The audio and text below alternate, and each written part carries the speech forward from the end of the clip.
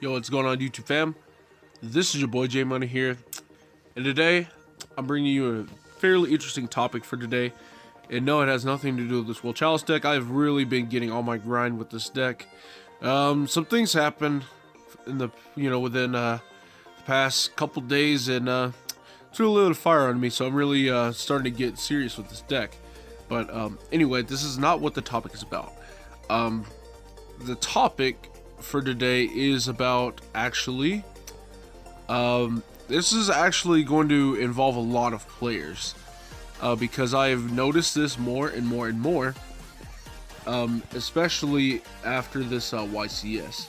And what it is I'm talking about, well, the topic for today is high impact cards and low impact cards and all that good stuff. Now, when I say this, some people already know what it is I'm talking about, but there is a good number of people who don't. So let's get started with the whole totem pole. High impact cards, board wipes and floodgates. We all know this. Things that, create massive impact when they're put in play. Things like, like you see on the screen, there can be only one. Anti-spell fragrance, rivalry of warlords, goes in match, vanity's fiend, mistake, things like that, to where it's just like it affects player actions and it just changes overall how they play the game of Yu-Gi-Oh. Those are high impact cards because they affect game mechanics and all that good stuff. They affect game mechanics, therefore they're very high impact. Now, next, you got the mid-impact cards. Cards like Ash Blossom, Solemn cards, things like that. That are essentially one-for-one trades, but they do deny effects. They're mid-impact because they don't do too much. They don't stop you from playing Yu-Gi-Oh! However, against, like, let's say the proper decks, like against the right decks, like, let's take a deck like For Hire. That is incredibly normal summon reliant. If it gets met with a Solemn Strike, it could be potentially very, very devastating and all that good stuff. So that's why they're mid-impact, because they don't do the most, but they do enough to the right, when it comes to the right matchups. And then you got the low impact cards, the cards that I see a lot of people side decking. This is generally side deck I'm gonna end up talking about, because side deck we all know is very, very important and all that mess and all that jazz. So anyway, I see a lot of people playing these low impact cards in their side decks, and sometimes even their main decks, that are only good in very fringe applications, and at the end of the day, there's still cards out there that do what they do, but better and more effectively and all that good stuff. And the main two culprits that I want to talk about today, because I've seen it in YCS lists and all that stuff, even though, hey, they top for a reason, but I highly doubt it was because of those cards, because they're just so fringe in what they do. And those two cards I want to talk about is DD Crow and Mind Crush.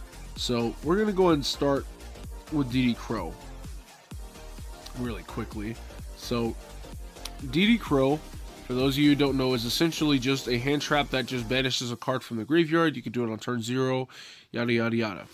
So, it seems like a good card and all the good stuff, but it's so fringe on, on its applications in terms of the metagame.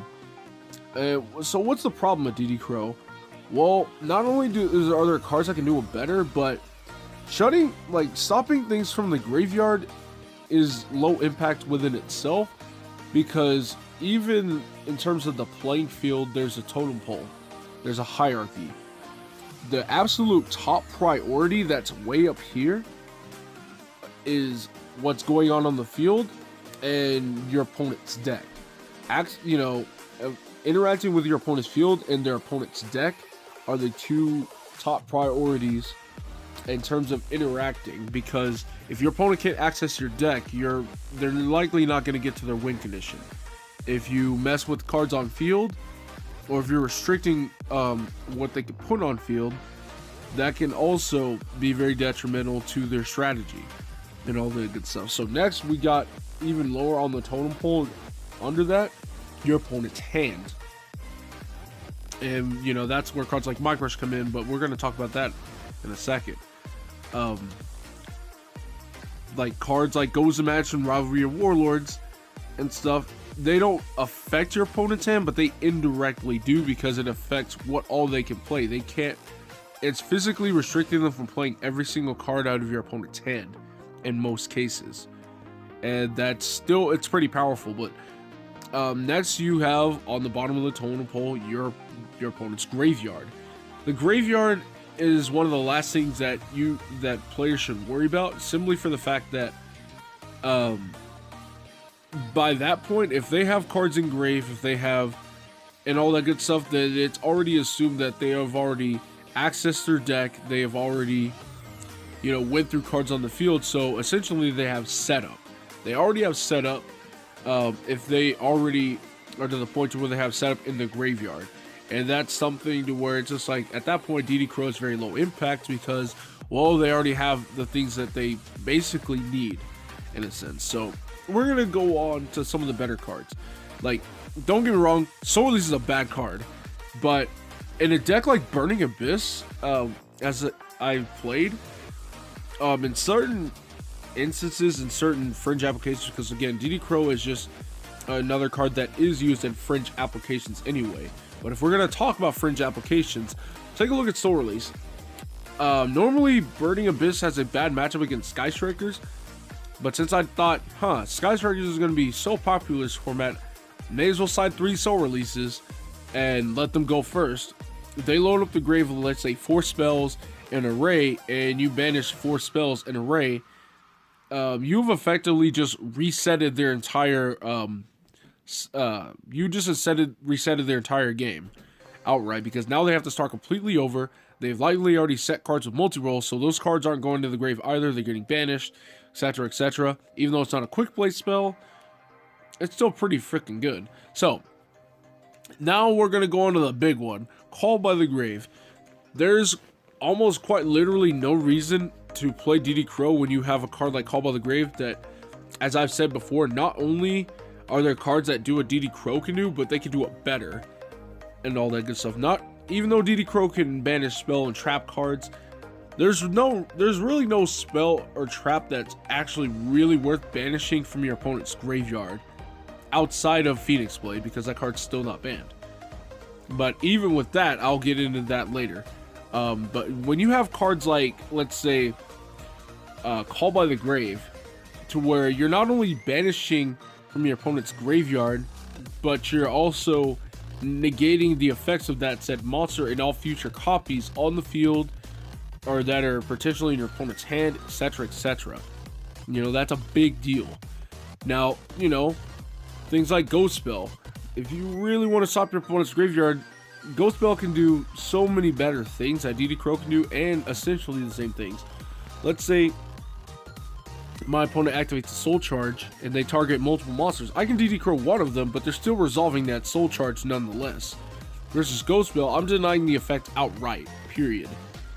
When you have cards that say that target cards in the graveyard and say add them back to hand or special summon them back, the whole card's not going to fizzle even if one of the cards gets ripped by DD Crow. And now we're getting into some really good ones.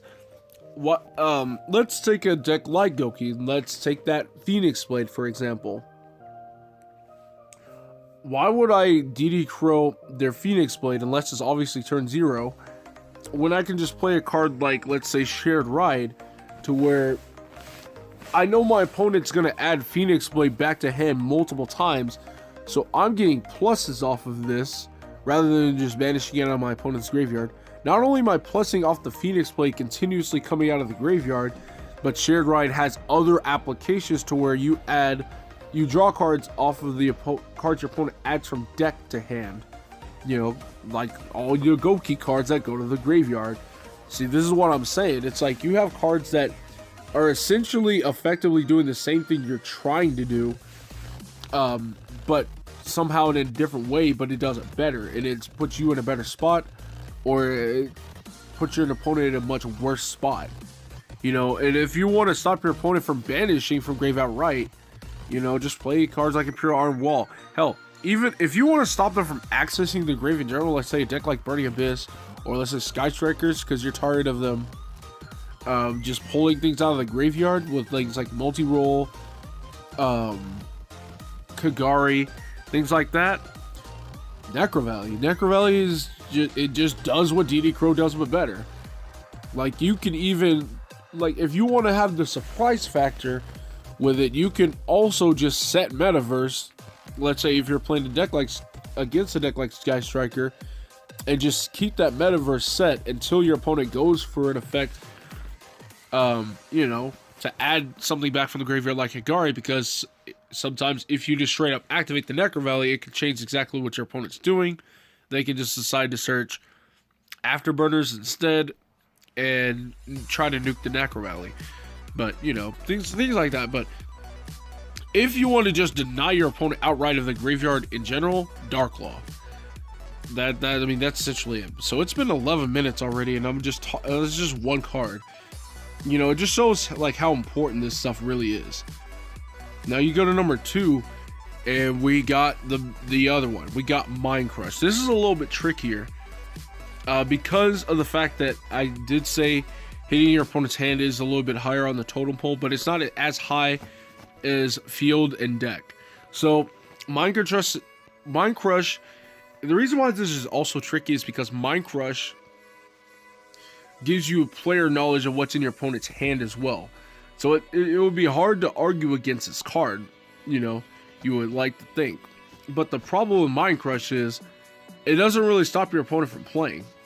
If your opponent still has cards in hand, like any consistent deck will essentially have multiple lines of play outside of the one play that you stopped off Mind Crush in general. And that's one of the main problems I have with that card, because let's say, and this has happened a few times, I am playing, you know, prime example, let me go and take you to what I was playing yesterday. Playing some World Challenge yesterday, right? My opponent has Mind Crush set. I go normal summon Gen X Undyne. You know, that's all fine and dandy. I send the Crystron Rosenix to the graveyard and add the Gen X controller to hand. So I go abandon the Rosenix and summon a token, make Link Spider, attempt to use the effect of Link Spider. My opponent flips over Mind Crush. He calls Gen X controller. He rips that out of hand, but he looks at my hand and he sees I have a Shine Ball and or a Chosen. I forget which one it was, but all I know is I had another vanilla in hand to drop anyway. So it's like, it really didn't affect me at all. Not only that, but he saw that I had Vetus in hand, and he saw I had, let's say, Monster Reborn or Brilliant Fusion. I forget which one it was, but it's just like, if your opponent has plays, if your opponent has a combo, like, yeah, Mind Crush can give you insight on what to stop, but if your opponent has, like, multiple lines of play, which any consistent deck will, then that Mind Crush didn't serve you any purpose. You're better off playing a card like Trickstar Reincarnation, to where you can hit multiple searches. Let's say your opponent is playing Sky Strikers and they go Rota for Ray, and let's say where is it, Area 0 into an engage, and they engage into another card. Well, I just denied my opponent of not one but multiple searches. But yet Reincarnation is a little bit more of a wild card, because it gives your opponent essentially a full mulligan, but you're still ripping all those cards that your opponent initially tried to get into, so now they have to start over. So that's essentially still just again, it's accomplishing what you're trying to accomplish. Now let's go on to the big guns. You know, people argue for Mind Crush because it can just hit searches. It can hit certain searches out of your opponent's hand and all the good stuff. So let's start things up. What if I'm playing against a deck like Sky Strikers? Why would I wait for my opponent to play, let's say, Sky Striker Engage to search a card, or Area 0 to get a certain card to hand, just to snipe it, when I can just play a card like Anti-Spell Fragrance and just outright deny them altogether of all their spell cards? So it's like, it doesn't essentially do the exact same thing, but it's accomplishing the same thing you're trying to accomplish. So that's denying your opponent of getting cards. and it does a better job at it because it's hitting all spells, not just the search cards. You know, same thing with the next card I got coming up. It's like, why would I Mind Crush one search when I can just play a card like Mistake and stop all searches, you know, for the entire duration of the turn, and just deny them outright in general.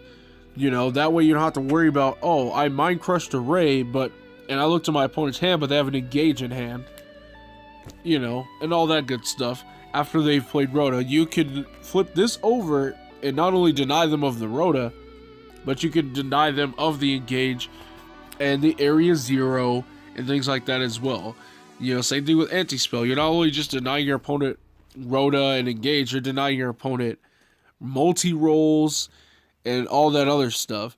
So it's just like you're doing all these. There's just so many better cards other than like DD Crow and Mind Crush. Again, these are just the main offenders right now.